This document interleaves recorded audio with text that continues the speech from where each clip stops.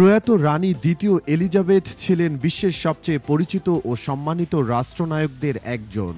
৭০ বছরের শাসনকালে তিনি ১২০টিরও বেশি দেশ সফর করেছেন, কিন্তু এই দীর্ঘ রাজত্বেও তিনি কখনো পা রাখেননি ইসরায়েলে। শুধু তাই নয়, রানীর শাসনকালে ইসরায়েলি কর্মকর্তারা ব্রিটিশ রাজপ্রাসাদ বাকিংহ্যাম প্যালেসে প্রবেশের সুযোগও পাননি। ইসরায়েলের সাবেক প্রেসিডেন্ট রিউভেন রিভলিন নিজেই একথা স্বীকার করেছেন। বেশ কয়েক মাস আগে লন্ডনে হাইফা টেকনিয়ন ইনস্টিটিউটের একটি অনুষ্ঠানে তিনি বলেছিলেন, প্রয়াত রানী মনে করতেন প্রত্যেক ইসরায়েলি একজন সন্ত্রাসী নয়তো সন্ত্রাসীর সন্তান। শুধু তাই নয়, তিনি বাকিংহাম প্যালেসে কোনো ইসরায়েলি কর্মকর্তাকে ঢুকতেও দিতেন না।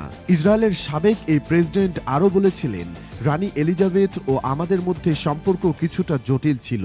রিভলিন ইসরায়েলের ১০ম প্রেসিডেন্ট ছিলেন। ২০১৪ সাল থেকে ২০২১ সাল পর্যন্ত দায়িত্ব পালন করেন তিনি। অন্যদিকে রানী দ্বিতীয় এলিজাবেথ ২০২২ সালে মারা যান। সাবেক এই ইসরায়েলি প্রেসিডেন্ট বলেন, রানী এলিজাবেথ আন্তর্জাতিক কোনো অনুষ্ঠান ছাড়া বাকিংহ্যাম প্যালেসের ভেতরে কোনো ইসরায়েলি কর্মকর্তাকে ঢুকতে দিতেন না। মাঝে মধ্যে মনে করা হতো রানী এলিজাবেথের সঙ্গে ইসরায়েলের সম্পর্কের টানাপোড়েন ছিল। রানীর মৃত্যুর পর প্রভাবশালী কনজারভেটিভ ফ্রেন্ডস অব ইসরায়েল গ্রুপের অনারারি প্রেসিডেন্ট স্টুয়ার্ট পলক দাবি করেছিলেন, রাজপরিবারের সদস্যদের ইসরায়েল ভ্রমণে নিষেধাজ্ঞা জারি করেছিল পররাষ্ট্র মন্ত্রণালয়। রানী এলিজাবেথের ইসরায়েল সফর না করা নিয়ে ২০১২ সালে লিখেছিলেন দেশটির প্রভাবশালী সংবাদপত্র হারেটসের সাবেক এডিটর ইন চিফ ডেভিড লান্দাও। তিনি লিখেছিলেন, যদি তিনি ইহুদি রাষ্ট্র সফর করতে চাইতেন অথবা তার পরিবারের ঘনিষ্ঠ কেউ সেখানে যেতে চাইতেন, তাহলে তিনি জোর করে তা করতে পারতেন এবং নিজের ইচ্ছে পূরণ করতে পারতেন।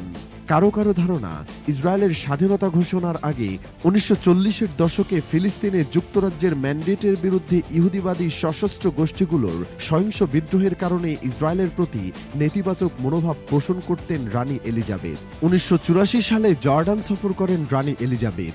এ সময় ইসরায়েলি যুদ্ধবিমান দখলকৃত পশ্চিম তীরের আকাশে উড়ে যেতে দেখে কতটা ভীতিকর ছিলেন তা নিয়ে কথা বলেছিলেন তিনি। এত কিছু সত্ত্বেও রানীর জনপরিসরে ইসরায়েল বিষয়ে কোনো সরাসরি মন্তব্য খুব বেশি পাওয়া যায় না। তবে পর্দার আড়ালে তার এই কঠোর অবস্থান আজও আলোচনায় উঠে আসে, বিশেষ করে যখন কোনো ব্রিটিশ রাজনৈতিক ব্যক্তি ইসরায়েলি প্রতিনিধিদের সঙ্গে সাক্ষাৎ করেন বা কূটনৈতিক সম্পর্ক জোরদার করার পদক্ষেপ নেন।